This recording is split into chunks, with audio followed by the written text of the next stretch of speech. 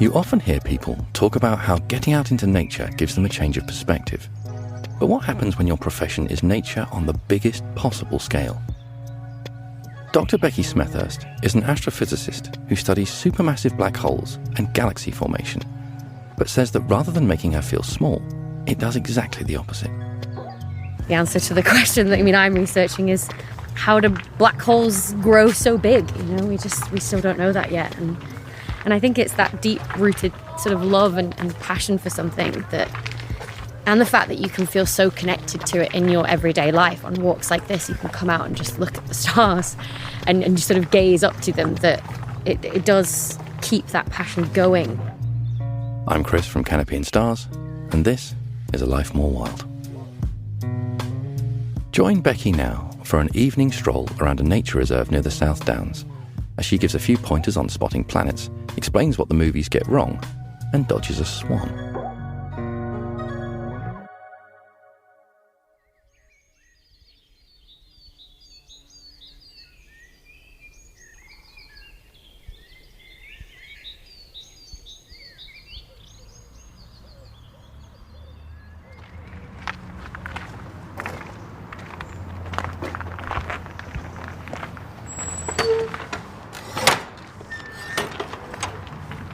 So we're just coming into a nature reserve on the edge of the South Downs, and it's just about sunset. The clouds are lighting up and it's absolutely gorgeous. And I love this time of day when we're going from day to night, because it just feels like a sigh of relief that the day is done.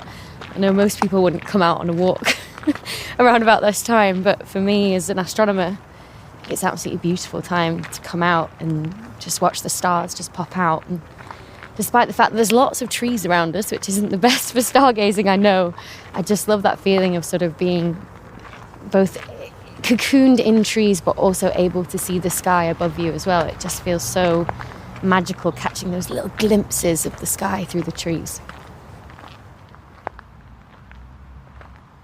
Thinking about where my, let's call it an obsession, because that's what it is, with space came from, it was definitely as a kid. I was a why child, and I think everybody knows a why child in that life. Every single moment you're asking why this, why that. And that natural curiosity never really left me, I don't think. I don't think it ever really leaves any scientist, to be honest.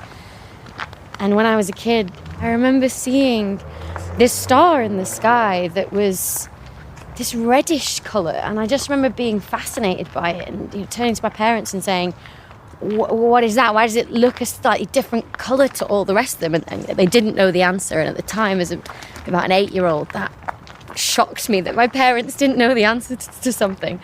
I remember sort of having to go to the local library and look it up. And I think we figured out that it was Betelgeuse in Orion. Just one of the stars of Orion's sort of shoulder, just above Orion's belt. And if you look at it, you can just see that it is reddish in colour in a very sort of light polluted sky, in a very dark sky. It's very obvious. And to this day, I look up at that and think that's really what sparked it all, was this curiosity. Because after that, every Christmas and birthday, it would be space books and a telescope and everything I could get my hands on.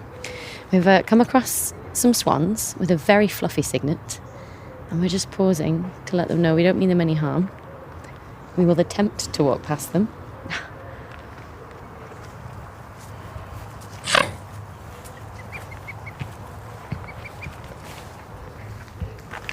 Always scary. We gave them their space.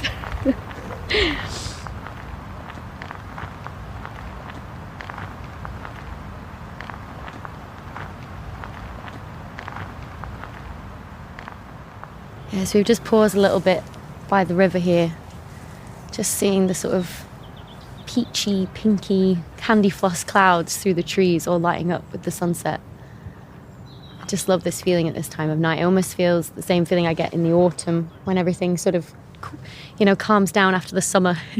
All of the hiking and the camping and the endless weddings and stuff, and it's finally like you get to breathe and retreat back inside for when the darkness sort of comes. You get to light a fire and get all cozy. Or light a fire outside and get cozy looking up at the stars. It's a similar feeling I get for every sort of sunset.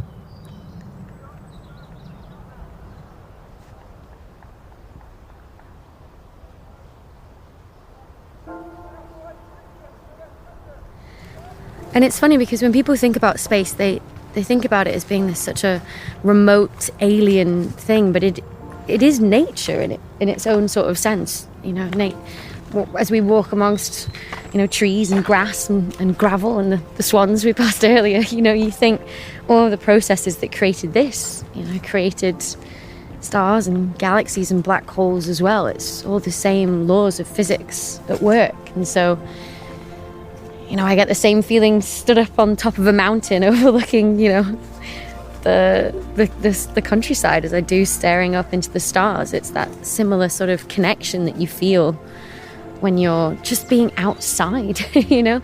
I mean, it is possible to stargaze from inside a house if you can minimize all those reflections off glass, but there's nothing like just being outside and being under this big open sky.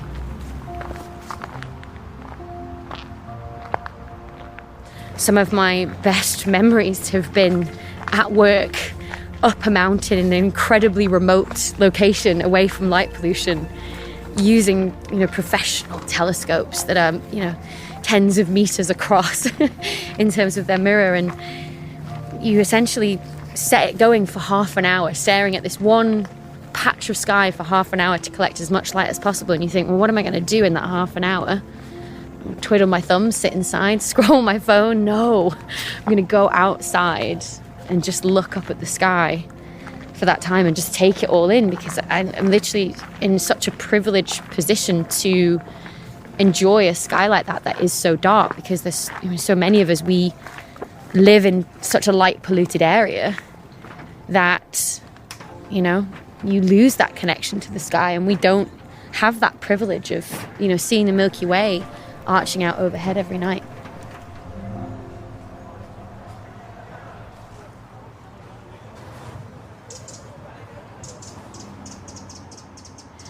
So we've come out of the cocoon of the trees. We're still by the river. Really the highest thing around us now is lots of reeds, but we've got a much better view of the sky. It's really open. The sun is set now, starting to get into sort of twilight time. This is the kind of time where we had a view of the western horizon. There's a tree in the way, I think, but if we had a view of the western horizon, we might start to see the moon and possibly even Mars setting behind it as well. We just rounded the corner and we can see the moon in, personally, my favourite phase, which is a crescent phase.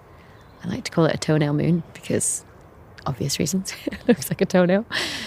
And I just think the moon is so gorgeous. And if you are thinking about looking at the moon through binoculars that you might dig out of your drawer from your bird watching days or your concert going days or whatever it might be, this is the best time to look at it. A full moon, it will be too bright. It almost hurt your eyes to look at it through binoculars. But when you have that shadow, it's a great time because you can see relief on all the craters on the moon.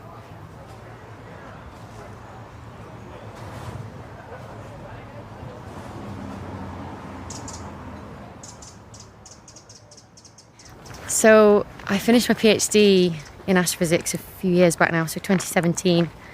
And I remember sort of feeling like I couldn't call myself an astrophysicist yet, despite the fact that I was doing research and I was in the thick of it. Almost the PhD students do the most of the research sometimes, the most of the data wrangling. But that first sort of job where you get hired by a university and it officially says, astrophysicist on your contract, your job contract that you sign, it's sort of surreal, especially because I think we've all grown up in a world where the word astrophysicist is used by Hollywood movie script writers to just mean generally intelligent person. It doesn't matter what they do, whether they're Kelly McGillis in Top Gun, somehow she's an astrophysicist, but she could tell you how to, the forces around a plane work. I couldn't do that. I can't apply that, and so just seeing it written down, it almost feels unreal. And a lot of people in my field do suffer from imposter syndrome, I think, for that reason, because there's almost this feeling of I can't be good enough, I'm not Hawking, I'm not Einstein, I'm just me. And it is a weird feeling to battle with, to think you have this label on yourself that you're both immensely proud of and proud to say that's what you do because it is your passion, But at the same time, you've almost got this feeling of you're going to get caught out and someone's going to be going, oh, we made a mistake. You know, it shouldn't be you. Especially when you're so deep in your own research where you find some silly error that you made in your data analysis or whatever it might be. And you think, I'm not good enough and whatever. And you just have to remind yourself of all the things you've achieved and the problems you've cracked and, you know, research papers you've published, that you do deserve to be there and to keep signing those job contracts that say astrophysicist.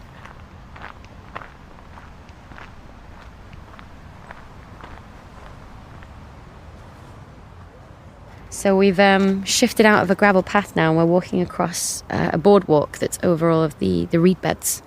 The sky, again, is all above us. There's birds sort of flying over to nest for the night. And the colours now in the sky are really bleeding to the darker blues. And we're leaving behind those peaches from before. And it's looking spectacular. I'm on the hunt for more and more planets, but there's some clouds that do look beautiful, I'll give them that. But they are an astronomer's bane and they're slowly encroaching on us. As is the way if you are a UK astronomer, I think.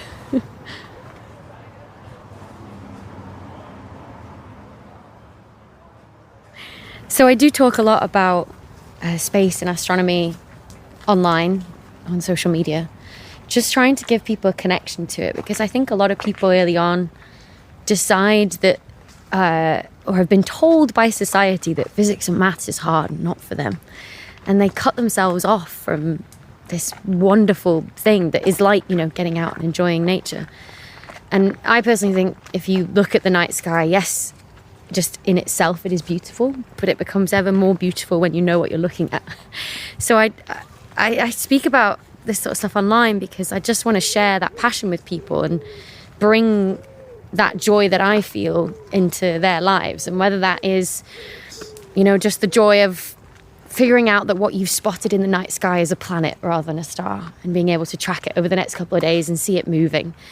Or whether that's the joy of understanding the big latest research that's come out, you know, and being able to say, you know, at your next dinner party, oh, well, I know what this means because, you know, I heard this astrophysicist explain it, you know, like we were just friends grabbing a coffee. And that's what I try and do is almost translate the words that me and my colleagues use to communicate with each other into everyday language. You know, I've always got my mum in mind when I'm sort of explaining, you know, this is the latest finding from, say, the James Webb Space Telescope or something. I'm thinking, you know, how do I explain it to my mum? And that comes with a lot of analogies, I guess. Rubber sheets, bowling balls, wine glasses with stems, wind candles is one of my favourites to explain how light can be bent by massive objects due to gravity. Always an excuse to break out a stemmed wine glass and light a candle.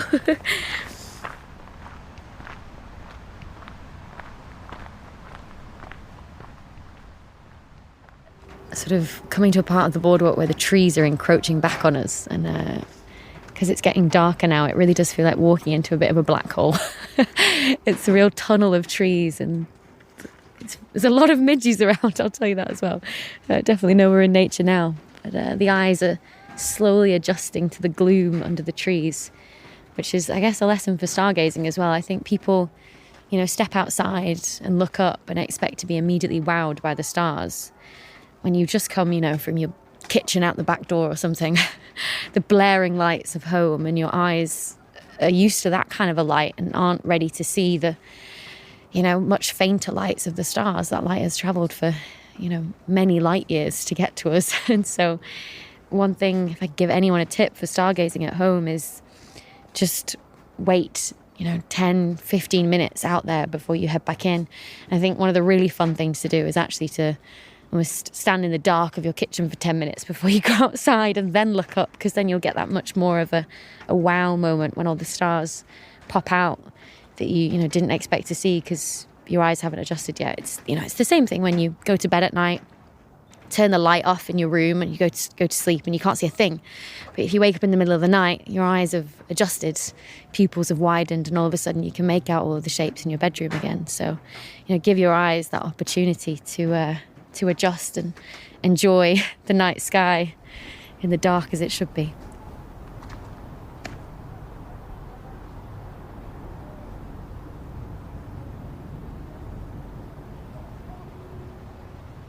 wow, is that deer?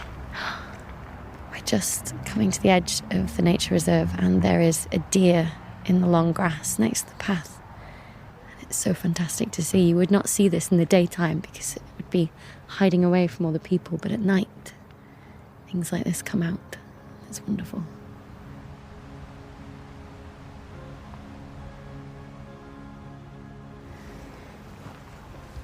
One of my favourite things is to see people discover the joys of the night sky as well.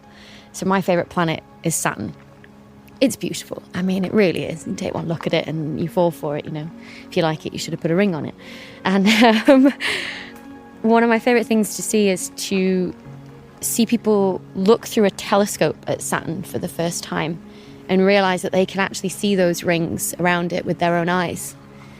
And the joy on their faces is something I just wish I could bottle and take with me everywhere I go, because it really is one of those life-altering moments, seeing it, and it puts people on the path to, more curiosity, perhaps kids as well, especially. I remember when I first saw it through a telescope, it really did change how I viewed the world and around us, and felt a lot more connected to the stars and to space. And I think I'm quite glad I still have that, because doing what I do, so deep down in data all the time, you could feel quite disconnected from it now, but I still get that joy of seeing things through a telescope, or even just going outside, putting a blanket down on the grass and just lying under the stars and seeing the Milky Way stretch overhead, the light of millions of stars that are so far away you can't see them individually and they all blend into one.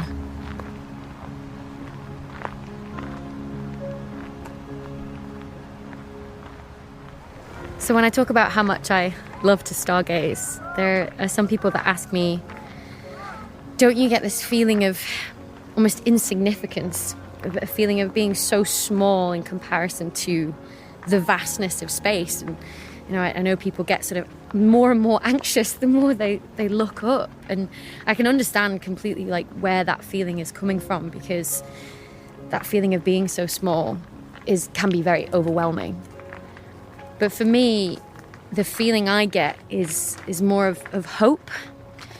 The fact that I could go anywhere, I could do anything, I could be anything, because the universe is so vast, and it's almost limitless to what you could do and you could achieve.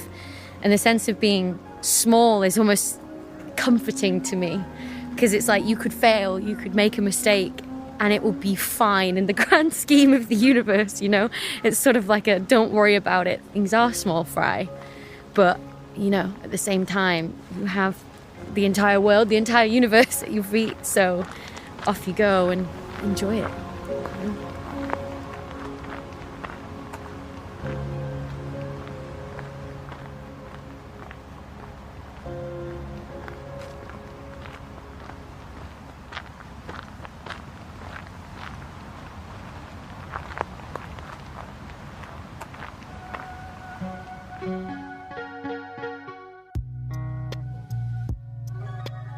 Maybe next time you're out at night, wherever you are, you'll stop, look up and see what you can see.